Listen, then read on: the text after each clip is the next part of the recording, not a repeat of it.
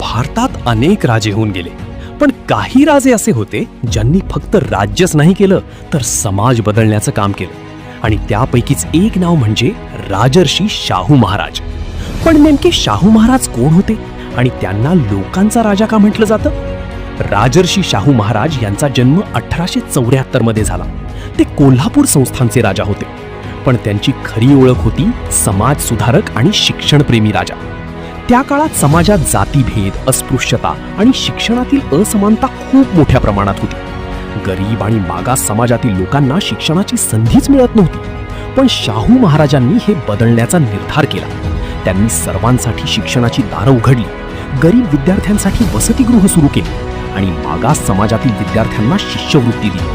इतकंच नाही, सन 1902 मध्ये त्यांनी मागासवर्गीयांसाठी आरक्षणाची सुरुवात केली.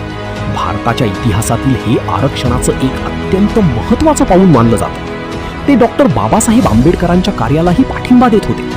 समाजातील प्रत्येक व्यक्तीला समान हक्क मिळावे यासाठी त्यांनी आयुष्यभर काम केलं.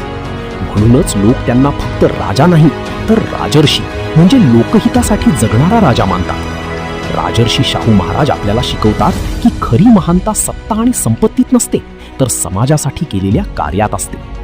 अशाच खऱ्या आणि प्रेरणादायी इतिहासाच्या गोष्टी जाणून घेण्यासाठी आत्ताच क्युरियस गुरु चॅनलला सबस्क्राईब करा.